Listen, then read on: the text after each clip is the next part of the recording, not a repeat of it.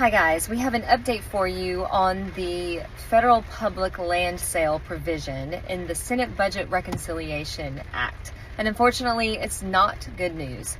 Every single version of the bill that has come out has increasingly ballooned the number of acres that would be sold under the act.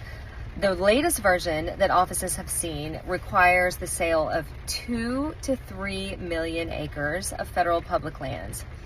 120 million acres of federal public lands would be eligible for sale across 11 western states, with only Montana being exempted.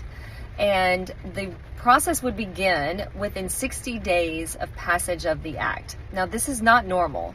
Ordinarily, in order to sell public lands, they have to go through the Federal Land Policy Management Act process. And there are a number of steps that have to be satisfied in order for public lands to be sold. Under the provisions of this bill, those lands would automatically be deemed to have satisfied the FPMA process. That is absolutely unacceptable. Number two, according to Senator Mike Lee of Utah, who is pushing this provision, who put it in the bill, he's the champion of it. He is from Utah. He is the chairman of the Senate Energy and Natural Resources Committee. He says that he's doing this because he wants to free up those lands for affordable housing needs.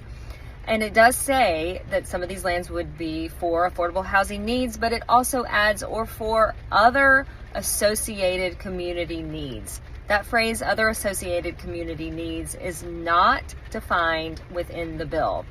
As a former practicing recovering attorney, I can tell you that when a phrase like that is not defined, it can be used for anything under the sun, anything anyone wants it to be. So for the various people who nominate these lands for sale and then buy them, it could be used for a golf course, it could be used for a ski resort, it could be used for a ballpark, it could be used for anything under the sun other than what those lands were originally intended for.